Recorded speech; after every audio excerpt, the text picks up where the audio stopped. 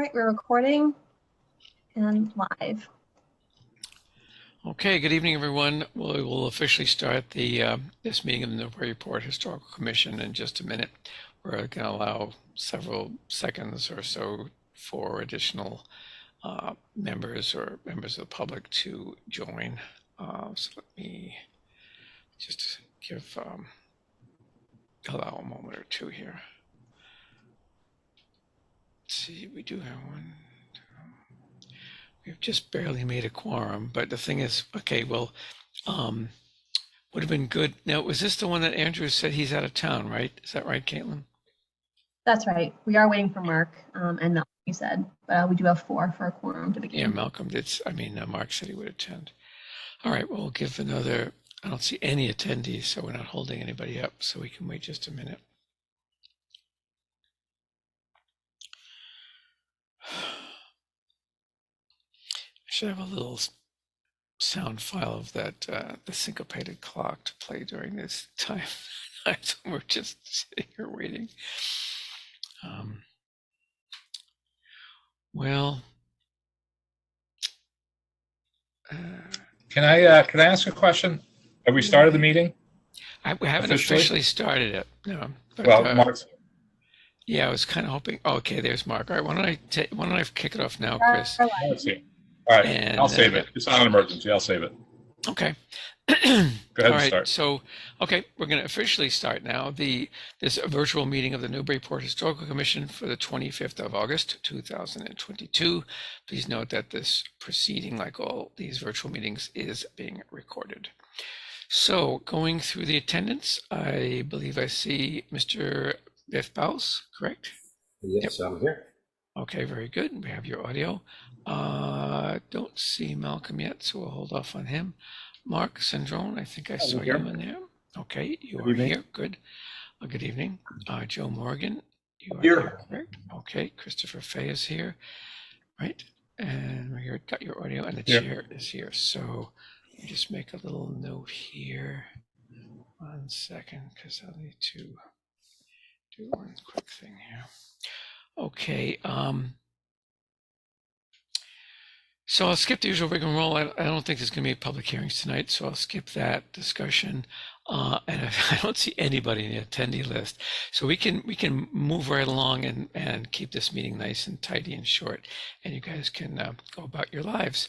But thank you for coming in, because especially Biff and I know Joe, this is a topic near and dear to your heart when we get to it. After we just go quickly through a couple of other quick orders of business here.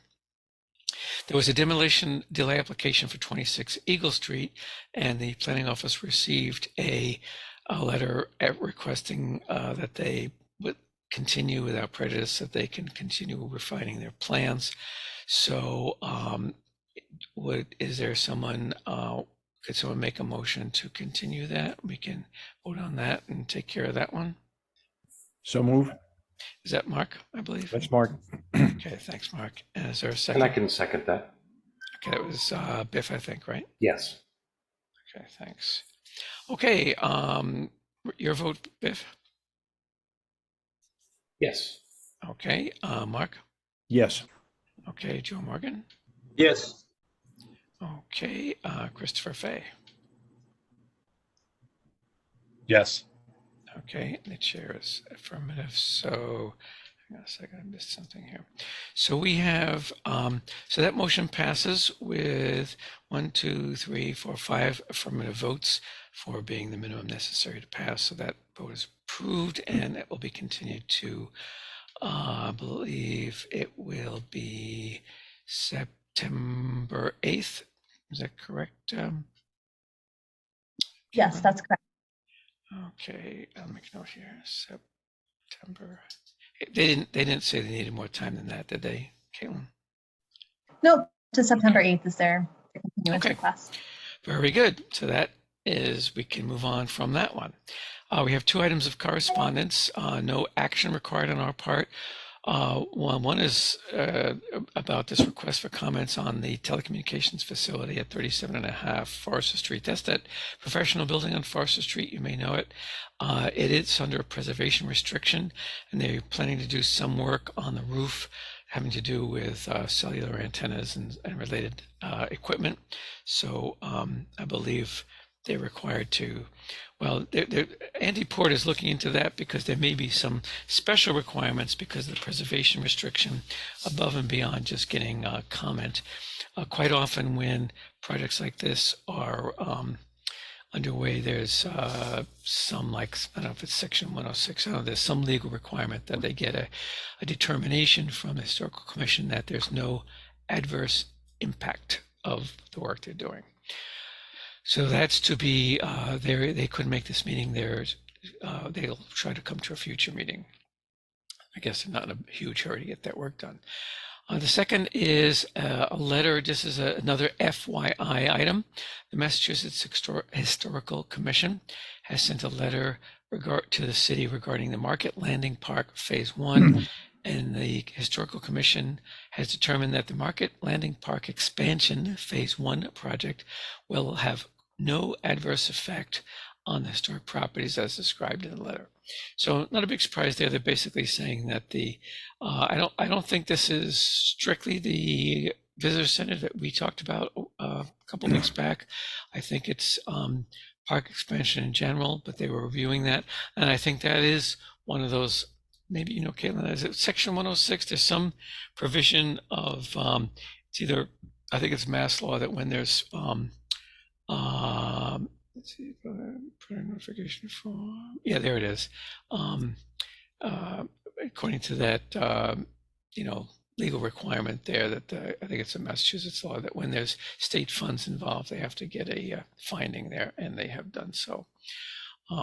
Caitlin, do you happen to know what that, in a nutshell, what that phase 1 includes? Because I don't think it's just the that visitor center. I think it involves, some of the expansion of parks where there's parking lots and so on. Do you happen to know?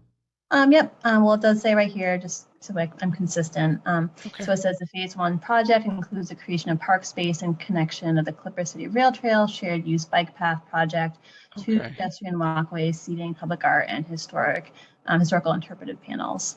Yep. So this right here is the scope. Yep. Okay. So no surprise there that they've determined there's no adverse impact there. Okay. So that is that. No action required on our part. So the last sort of business item, and Andy had another conflicting meeting, so he couldn't be here. But Caitlin, do you have the updated chart? So what happened was, and that in previous meetings there's been a lot of discussion about this, and I tried to explain in the original flow chart there was, and in the ordinance itself, I think I quoted from it that there's this three-way decision in the first part of the procedure, which is whether it's the objective of the first part is it historically significant and considered for preservation? Because if it's not either of those, then that's the end of the story. If it's either not historically significant or it's historically significant but not considered for preservation, then that's the end of the story. They go on, there's no public hearing, no nothing. But if it is historically significant and considered for preservation, so there's this, then we have the demolition plan review and so forth. So there's this three-pronged thing. So it's hard to do that with one motion. It's possible if the first motion was, if someone moves that it's historically significant and considered for preservation and that motion passes, well, then that's a done deal. We know that that's the end of the story. But there was a couple meetings back where, frankly, it was a little foggy and unclear, and that's what we're trying to avoid here. So what Caitlin has proposed is that we can separate that first, what used to be one vote, into two discrete votes. The first one simply being, is it or is it not historically significant? And I should point out here that the ordinance isn't super explicit on this, but as I understand it, there's this criterion that if a residential structure is 75 years or older, or an accessory building is 100 years or older, it is historic. But really what it kind of means is that if it meets that criteria, they have to provide submit an application before the historical commission for as part of this process. And we can determine, and we can decide, okay, yeah, it's 78 years old, but for whatever reason we think it's not historically significant, or maybe it's historically significant, but it's falling down and it can't be saved, so it's not a candidate for preservation. Could be either of those two. Most often, if it's meets those age criteria, and and it has, maybe it's listed as contributing, maybe it has a Form B, in those cases, most often it's considered for preservation. So anyway, this makes it a little bit more clear we can take a vote first. Is it historically significant or not? If it's not, well, then the applicant moves on, no review of their plans or anything. And there is somewhat of an exposure there in that within certain limits, they're not held to whatever plans they submit at that point. Although I don't know, that's a little hazy to me, right? What the restrictions are on them. For example, if they made a slight change but don't trigger a roof line change or demolition beyond 25% and so on, would it need to come back before us?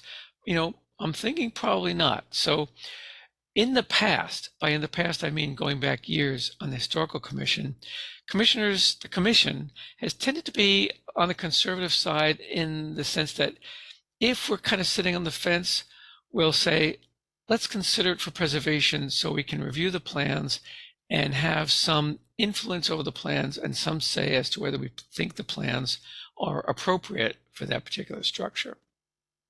And I'm sure most of you have been around where, in both cases, where we thought that the plans were not appropriate, like on Carter Street, people didn't like the dormer plan. In other cases, the plans we reviewed the plans and we thought they were fine, or maybe they just needed minor tweaking. So a lot of times they've been perfectly fine. They were approved that same meeting. Sometimes we suggested some changes. The applicant came back to the next meeting with the changes done, and they were then approved. So, that's generally how the process has worked. So that's the quote vote to, is it or is it not preferably preserved? Now, once it's voted, if a vote that it's preferably preserved is passed, then that automatically imposes the 12-month demolition delay. But as I was saying a moment ago, what the planning board does is they notify the abutters and all that, so we can have the public hearing on the demo plans, we can have public comment period, and we can review and approve the plans if we like them, or as I said before, suggest changes. And if we're content with the plans, we can go ahead and approve them right at that same meeting. So let me stop blatherating there and see what you guys think of this. If you think that, especially with that vote 1 being split up into vote 1A and 1B, if that makes sense to you folks or not. And I see Mr. Morgan has requested the floor. Go ahead, Joe. Well, I have very little to say. Congratulations. I think this is excellent. This is something we've been looking for clarity on for a while, and I like the way that you've also altered the colors at the decision points. I think that helps a lot.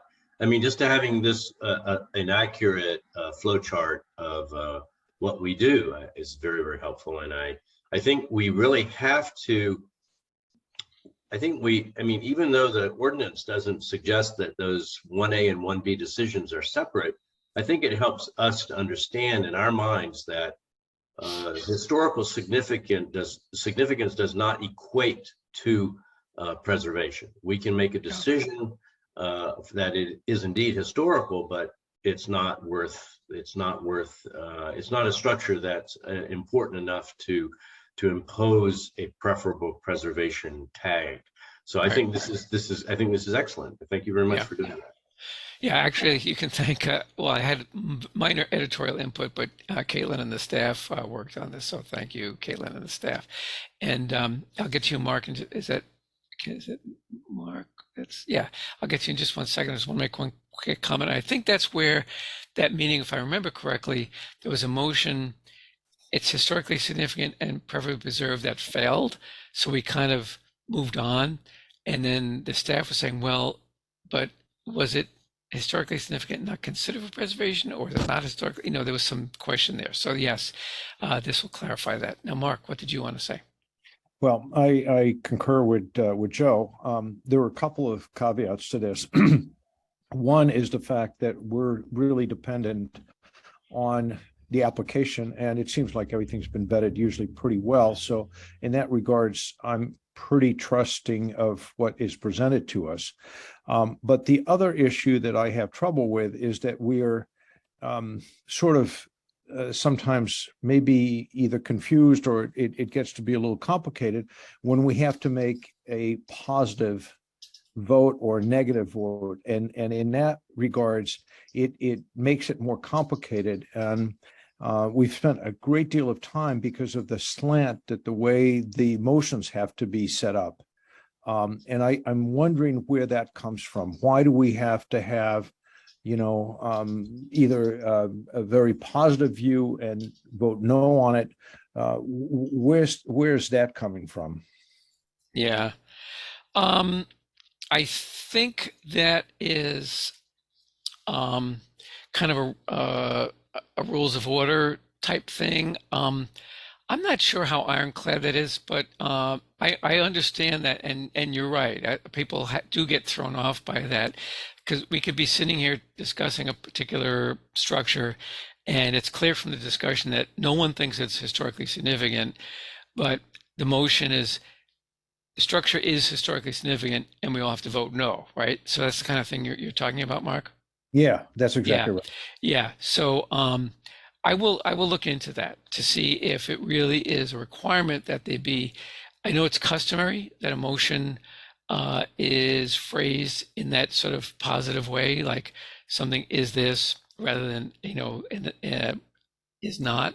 But I will look into that between now and the next meeting to see if that's an actual requirement, or if in those cases where it'd be clearer to phrase it the other way, we could do it that way.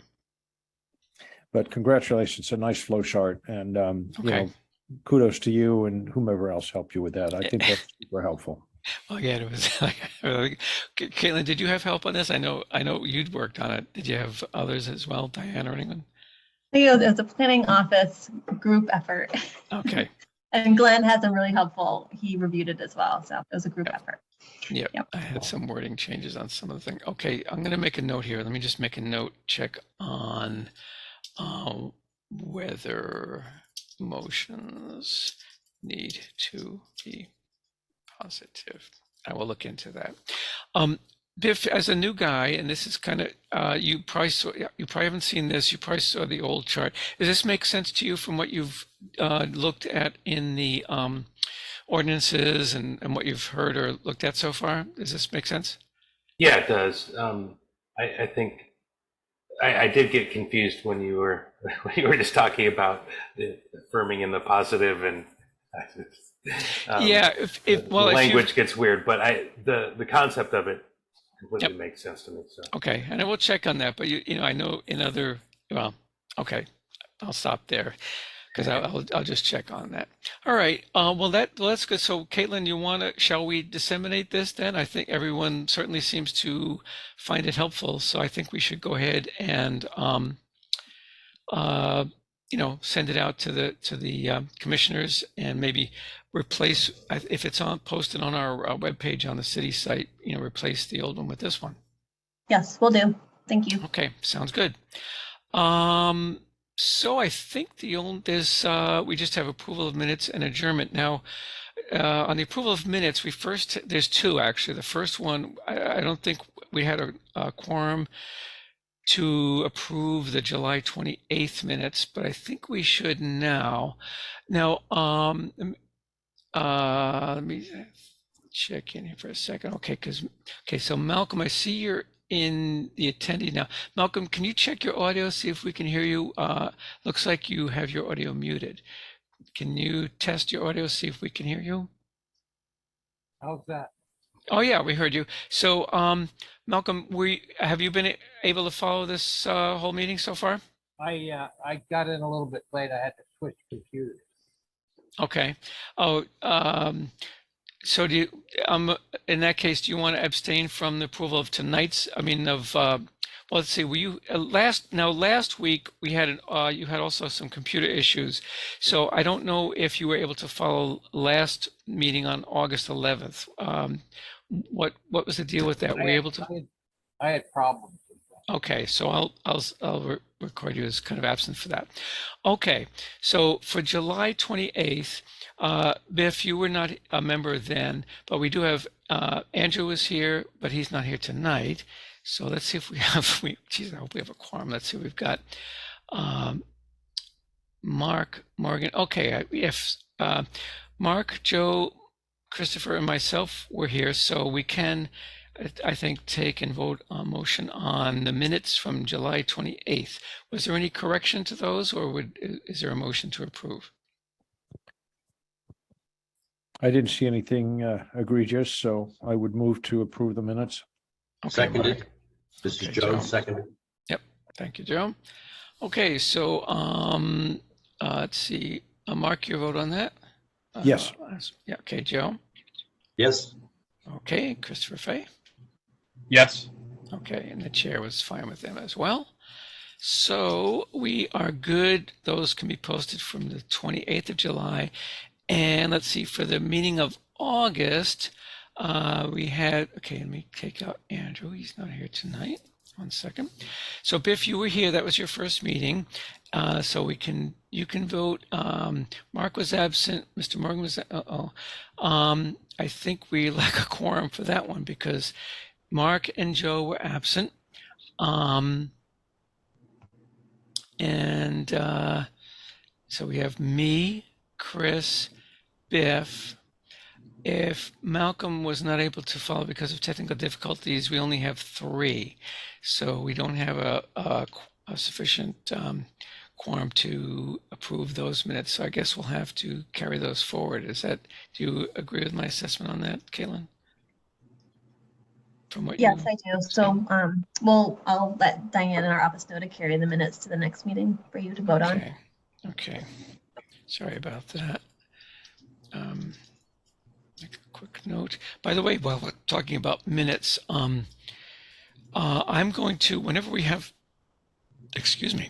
a vote and a motion, here I am saying this, but I forgot to do in that last one. I will state for the record how many votes and were carried, and I'll try to clarify for the record, especially if it's not a unanimous decision. But in any event, especially if the motion fails, why it failed, like let's say there were 5 members present and it gets 3 votes, there's some, confusion as to, well, it was a majority, why didn't it pass, and so on. So I will make that clear verbally so that the minutes will reflect that. So that'll also remove another one of those clouds of uncertainty around that. So the minutes of 28 were approved with the 4 affirmative votes of Mark, Joe, myself, and Mr. Fay. Okay, well, here it is, not even 7:30, and unless someone has something they need to bring up. Chris, did you have a question before we adjourn the meeting? You wanted to say something earlier? No, I just had a quick question, but it's not pertinent. Well, it sort of is, but not people. I just have a quick question. So if you and Caitlin maybe just stuck around for 1 second after. Oh, sure. Just a personal house question. Sure. Thank you. Okay. So is there a motion to officially adjourn the official meeting? I make that motion, but I want to welcome Biff because I didn't welcome him at the first meeting. So welcome to the group. I will second that motion, and I will also second the welcome to Biff. Very good. And we did officially welcome Biff. You missed his introductory comments. They were briefly mentioned in the minutes. Biff has an interesting. Can anybody hear me by any chance? Now we can. Yes, sorry, Andrew. Anyone hear me? Yeah, we can hear you now. Yeah, Andrew, can you hear us? We can hear you. I'm actually here. Yeah, we can hear you. Okay. I was listening. I actually in the car, so I could approve the last minutes if you wanted to do the vote. Oh, okay. So this was from 11 August. You were at that meeting? Yes. Oh, okay. So, okay. Let me So, change my earplugs. One sec. okay. Well, Okay, you can hear me now? Yep. So hang on. Let me just make a note here. We'll All say, right. Burn. I like your flow chart also. Oh, good. Okay, good. Well, good, Andrew. All right. So let's go back then. Is there a motion to approve the minutes from the 11th of August? And that would be up to either Mr. Fay, Mr. Bernhardt, or Biff, because Mark and Joe were not there that day. I make the motion to approve. Andrew? Okay, thank you, Andrew. I'll go ahead and I'll second it. second. I'll second that. Okay, Krill, let Chris second it. Okay, so Biff, your vote on that one? Yes. Okay, and Andrew? Yes. Okay, and Mr. Fay? Yes. Okay, good. So, and the chair is also affirmative, so we do have 4 affirmative votes, and we're able to approve those minutes. Excellent. Thank you, Andrew, for joining. Yep. I didn't think you would make today's meeting, but are you out on the West Coast? Yeah, I'm in LA. I was listening in the car and I just ran into the hotel. So I'm all Okay, set. well, After I thank you sat very in much traffic. thank you Well, very that's much for your dedication. Right. thank you very much for your extra effort to attend. Okay. Okay, now actually I think there was a motion to adjourn made by Mark and Joe, right? It's so Yep. that is sort of still on the floor, so to speak. So why don't we go ahead and vote on that one? Were you here for the whole meeting, Andrew? Not the whole meeting, Okay. but most of it. So Oh, actually, you. All right. Well. All right. Well, let's skip you for now. I think we have a quorum to vote on this anyway. Biff, your vote on adjourning? Yes. Okay. Mark Syndrome? Yes. Okay. Joe Morgan? Yes. Okay. Christopher Fay? Yes. And the chair is yes for a whopping 1, 2, 3, 4, 5 votes. So that motion passes. We are officially adjourned. And good night, everyone. Thank you for coming in. A nice, pleasantly short meeting. And Chris will hang on for a minute if you want to ask something. Thank you, Chair. Good night, everyone. terrific. Thank you very much. Good night. Thank you. Good Good night. night. Bye. Enjoy the weekend.